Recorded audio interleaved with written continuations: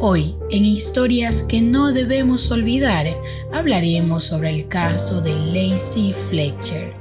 Lacey era una niña que padecía el síndrome de enclaustramiento, a quien sus padres la dejaron durante 12 años en un sofá pudriéndose en sus propias heces y orina. El 3 de enero de 2022, un teleoperador del ECU 911 recibe una llamada por parte de una mujer, quien en medio de su angustia informa al mismo que su hija estaba muerta. De inmediato fue enviada una ambulancia hasta el lugar del suceso. Cuando el personal de medicina legal llegó hasta el sitio, lo primero que percibieron fue el terrible olor que emanaba desde el interior de la vivienda.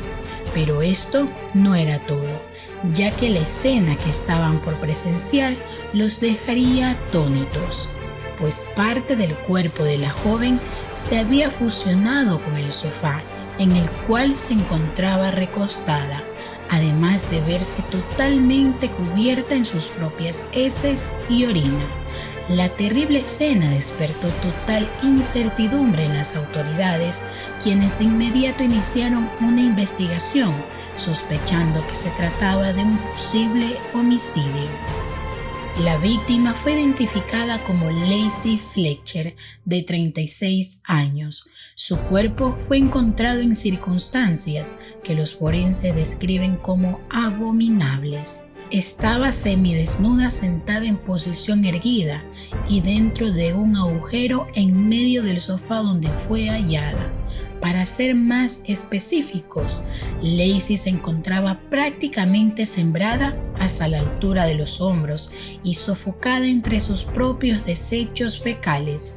También se le detectaron heridas que estaban totalmente infectadas. Según los médicos, algunas de estas heridas aportaron a que se produjera su deceso prematuro. La actitud presentada por los padres de la víctima ante semejante situación dejó mucho que pensar, ya que parecía no importarles en lo más mínimo lo que estaba sucediendo, puesto que cuando los agentes les preguntaron que cómo Lacey llegó ante tal circunstancia, ellos simplemente se limitaron a responder que Lacey había estado enferma y que jamás aceptó la ayuda que ellos quisieron brindarle.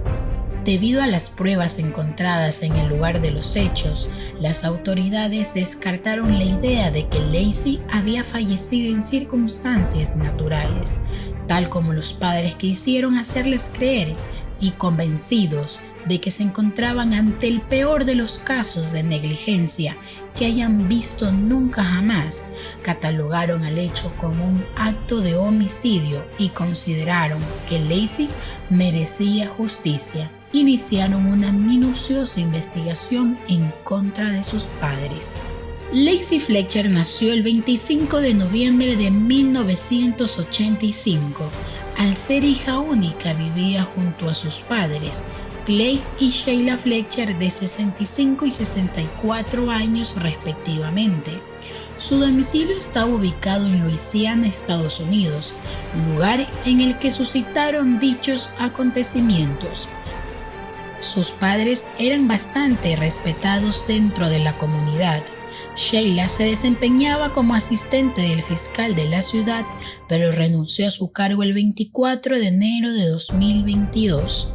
Por otro lado, Clay fue oficial de la Mesa Redonda de la Guerra Civil, organización sin fines de lucro que pretende educar y fomentar el aprecio por los sacrificios realizados por todos durante la guerra.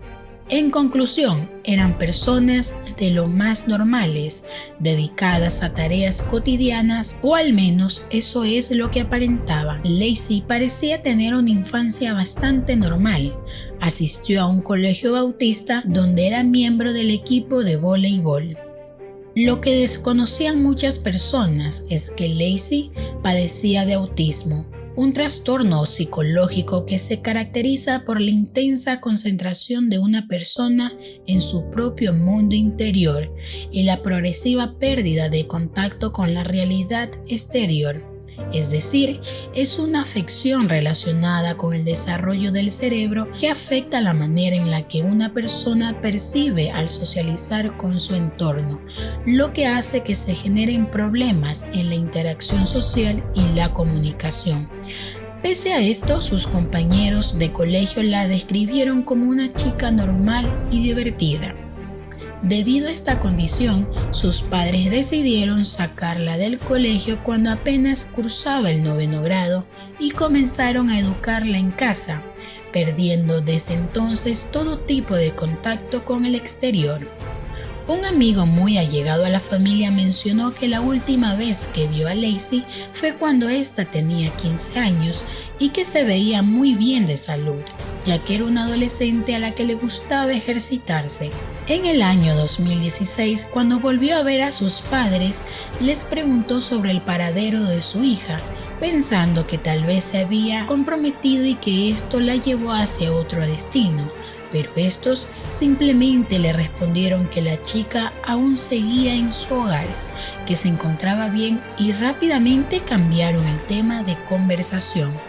Pero toda la verdad salió a la luz aquel fatídico día de enero en el que su cuerpo fue hallado en tan espantosas condiciones. En la escena se pudo observar vehículos que hacen parecer que los Fletcher tenían los recursos como para limpiar sus heridas y tratarlas a tiempo, pero sencillamente jamás lo hicieron. Cuando Lacey fue encontrada, sus pies estaban cruzados debajo del sofá, profundamente enclavados en aquel agujero que su cuerpo sufrido había provocado a través de la tapicería y el cojín. Su rostro estaba cubierto de grandes y vistosas manchas rojas. Además, se informó que a Lacey le arrojaron materias fecales en su rostro, pecho y abdomen. Su cabello estaba enmarañado y lleno de gusanos que transitaban hasta sus orejas. Yacía desplomada sobre su lado izquierdo con el brazo derecho sobre la mitad superior de su cuerpo demacrado y ubicado cerca de su cuello, semidesnuda y con nada más que una pequeña camiseta azul estampada que estaba levantada sobre su pecho y que no alcanzaba a cubrir sus senos. Sus ojos estaban muy abiertos, como mirando fijamente, su boca abierta, revelando lo que parecía ser un juego completo de dientes frontales.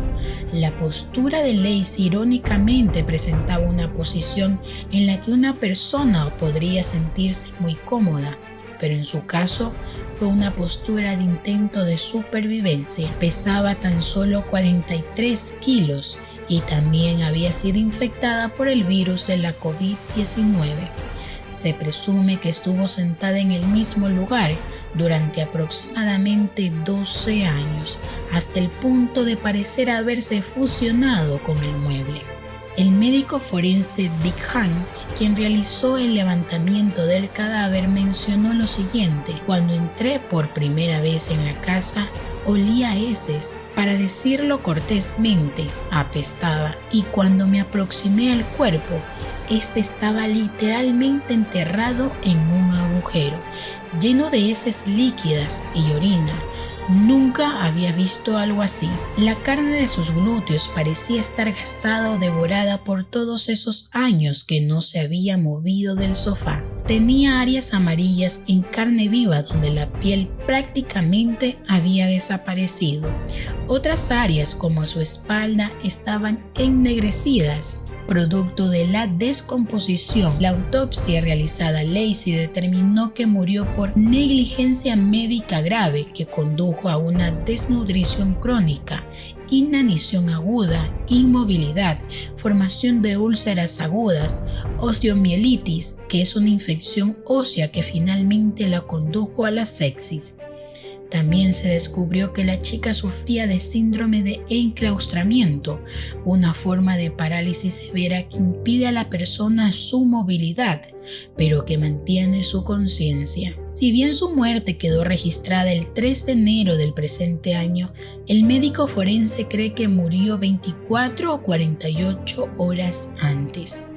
Los padres de la joven fueron acusados de homicidio en segundo grado en el marco de un impactante caso de negligencia médica aguda, pero se declararon inocentes en todo momento, algo que se consideró totalmente absurdo ya que los médicos forenses tenían las evidencias suficientes que dejaban al descubierto todo el sufrimiento y horror que vivió Lacey durante años.